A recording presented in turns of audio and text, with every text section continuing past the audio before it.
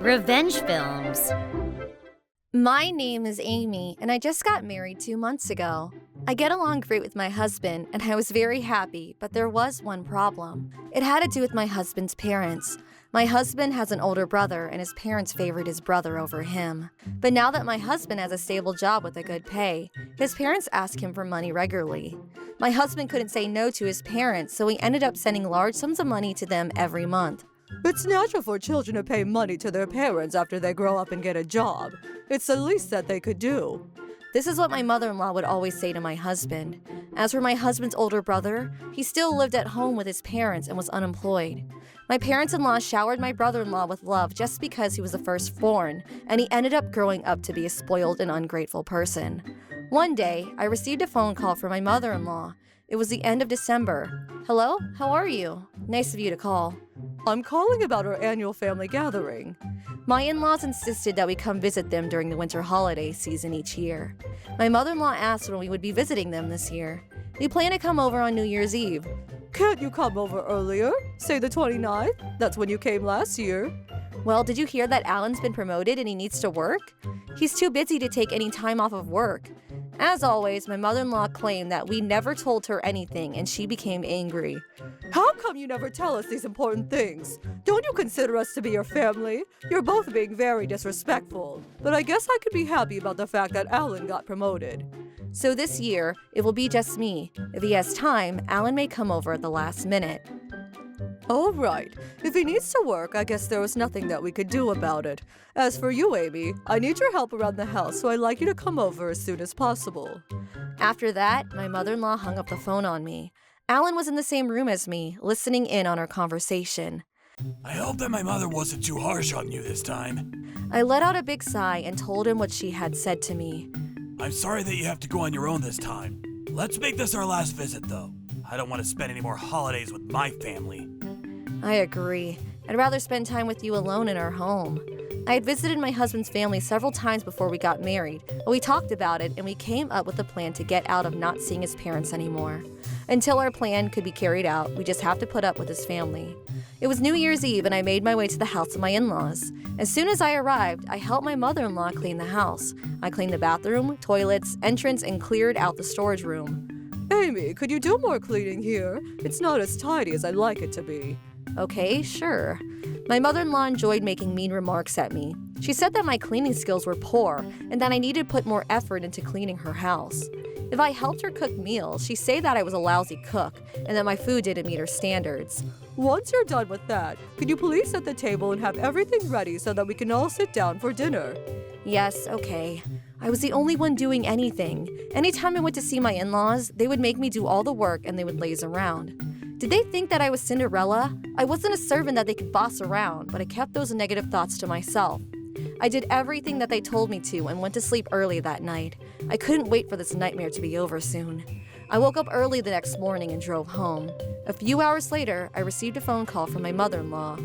When I woke up, you were gone. Why did you leave without saying anything? Did you finish all the chores that I asked you to do? She wasn't concerned about my safety. She just wanted to make sure that I'd gotten all the housework done. I told her that I had done everything, but she accused me of lying to her. I asked her to check the house to see if I was telling the truth or not, and I guess she saw that I hadn't been lying because she calmed down a little after that. What about the holiday food that I asked you to prepare last night? I don't see any food on the kitchen table. I put the food in the fridge. I'm surprised that you got everything done. How were you able to get it done so quickly? I prepared the food at home and put it in your fridge so that I could concentrate on cleaning your house. Where are you now? I didn't expect you to leave so soon. You only stayed for one night. Don't you think that you should spend more time with your family during the holidays? There's more housework that I want you to take care of today. I then said in a calm voice, "Didn't you hear?" About what? My husband was recently promoted and he was going to be the branch manager of an overseas office. We were both moving to the US and my husband is already there. At first, my mother-in-law assumed that it was only my husband moving, but when I told her otherwise, she said to me, Well, if Alan is in the US, there's no reason for you to be alone during the holidays. You should come back and stay with us. How about you move in with us until my son moves back from the US? That would be the most sensible thing to do. If you live with me, I can teach you how to be a good wife to Alan. Excuse me? As always, she interrupted me and didn't listen to what I had to say. You quit your job recently, right? If you live with us, you won't need to pay rent. As a thank you for letting you live with us, could you please tell my son to send us a total of $3,000 as a gift? He can't spend any time with his family, so that's the least that he could do for us, don't you think? Also, if he could cover the cost of our trip, that'd be great. Please ask him to wire us an additional $1,500. I was really angry with my mother-in-law for making these ridiculous requests, but I didn't let my anger show. I was able to remain calm because I knew that I wouldn't be going over to her house ever again or give her any more money. I'm sorry to ruin your plans, but I have no intention of moving in with you. What? I told her that Alan had asked me to move to the US with him because he didn't want us to live separately, and he would feel much happier if I was by his side. After all, it was his first time living overseas. I also told her that we had already shipped out all of our stuff to the US, and I only quit my job so that I could move to the US with my husband. Now that we'll be living in a different country, we won't be able to come see you so often. That's why I came over on New Year's. Why didn't you tell me any of this before? What about the monthly payments that Alan has been sending us? I told her that we wouldn't be sending her any more monthly payments. My mother-in-law began to scream on the end of the phone. She said that she couldn't believe that Alan was abandoning his family and that his older brother always took much better care of them. To that, I said, well, you already have a great son living with you at home. Why don't you rely on him instead of your second son who seems to disappoint you all the time? We'll stay out of your life. I'm sure you'd be happier spending time with your perfect son at home. You don't need my husband reminding you about how he failed you as your second son. As much as I love my first son, he's unemployed and already 35 years old. I don't think that he'll be able to find a job to support us. I'm sorry, but I have to go now. I don't want to miss my flight to the US. Take care. Wait, you can't do this. I won't forgive you. I hung up the phone and deleted my mother-in-law's number from my phone. I was really happy to know that I didn't need to see my in-laws for a very long time. I felt like the tension in my shoulders had been released. My husband and I had been planning this for over a month. We were both so keen on cutting ties with this horrible family. Alan was sick and tired of being labeled as the bad son of the family, and he couldn't forgive his mother for being so mean to me. And he wasn't happy about sending his hard-earned money to his parents each month. When we found out that Alan was being promoted and sent to an overseas office, we decided that this was the best time for us to break up with his parents. If we moved overseas, it would be easy to ignore my husband's family. It's not like they were going to hop on a plane and come see us.